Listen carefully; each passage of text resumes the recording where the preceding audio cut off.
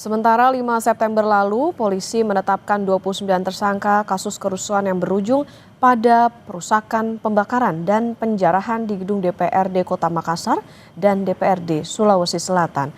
Dari 29 tersangka, 14 tersangka merupakan pelaku perusakan di DPRD Sulawesi Selatan dan 15 tersangka merupakan pelaku perusakan DPRD Makassar. Sementara itu, dari 29 orang yang ditangkap, 6 orang merupakan anak di bawah umur.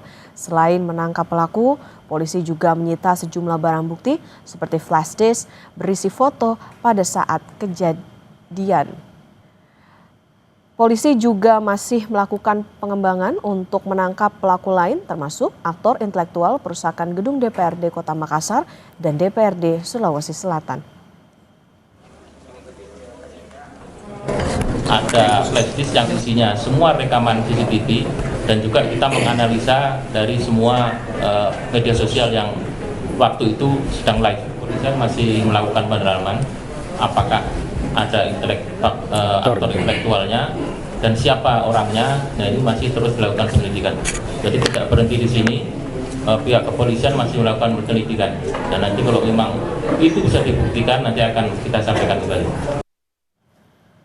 Pada 5 September lalu di Jakarta, Satreskrim Polres Metro Jakarta Utara menangkap 70 orang pelaku penyerangan kantor Polres Metro Jakarta Utara pada Sabtu malam. Setelah diperiksa secara intensif, 66 orang ditetapkan sebagai tersangka. Tersangka berperan melempari petugas dengan benda tumpul dan petasan, serta merusak sejumlah fasilitas kantor Polres Metro Jakarta Utara. Kapolres Metro Jakarta Utara, Kombes Erik Frendris menegaskan pelaku bukan demonstran, tetapi perusuh.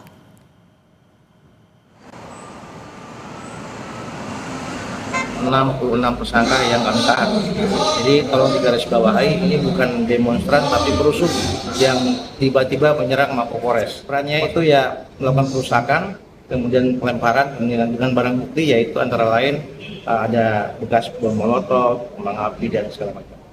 Kalau yang 66 ini apakah semuanya warga Jakarta Utara atau gimana Pak Polres? Ya, macam-macam. Jadi ada yang dari Jakarta Utara, kemudian ada dari timur, selatan, dan dapat dari berbagai daerah di Jakarta khususnya. Setelah viral, jam tangan bernilai belasan miliaran rupiah yang menjadi salah satu barang jarahan dari rumah milik mantan anggota DPR RI Sahroni akhirnya dikembalikan. Keluarga dari anak remaja memilih mengembalikan jam bernilai 11 miliar rupiah tersebut melalui pihak RT dan RW setempat. Sang ibu menyebut anaknya menemukan jam tangan Richard Mille milik Sahroni yang tercacar di jalanan saat aksi penjarahan di rumah Sahroni. Dia ngambil beberapa barang dan itu barang itu terjatuh dan dia ambil aja. Waktu itu dia menemukan tasbih dan jam tangan itu. Di RT saya minta koordinasi juga sama RW, saya mau mengembalikan. Akhirnya viral dan saya tahu ternyata harga jam itu fantastis sekali gitu. Dan itu kita juga sempat kaget, sempat shock gitu kan. 1 kali 24 jam itu ada di rumah kita pun kita nggak bisa tidur gitu. Karena kita ternyata itu bukan barang hak milik kita gitu kan. Sementara mantan anggota DPR yang juga selebritas Surya Utama atau Uya Kuya mengaku telah mendapatkan beberapa kucing yang sempat hilang dalam aksi penjarahan yang dilakukan massa di rumahnya.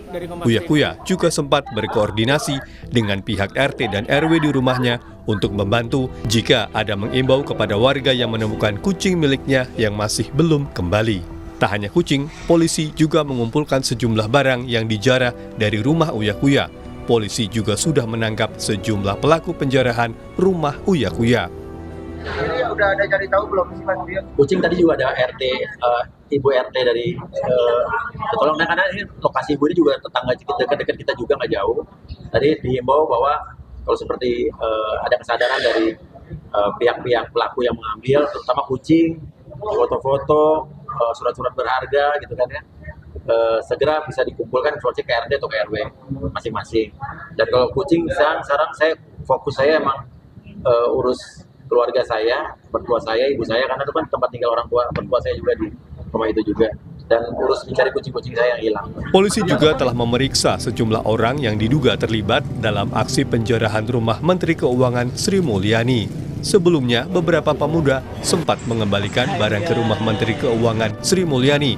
Mereka mengaku menemukan barang tersebut di jalan. Namun setelah diperiksa, polisi menemukan bukti keduanya terlibat dalam aksi penjarahan rumah Ibu Sri Mulyani.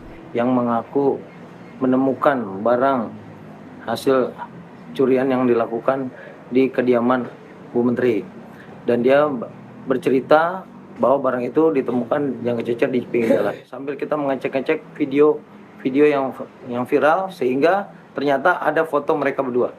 Artinya kedua orang ini tertangkap layar ikut terlibat dalam proses penjarahan malam itu, Bang, ya?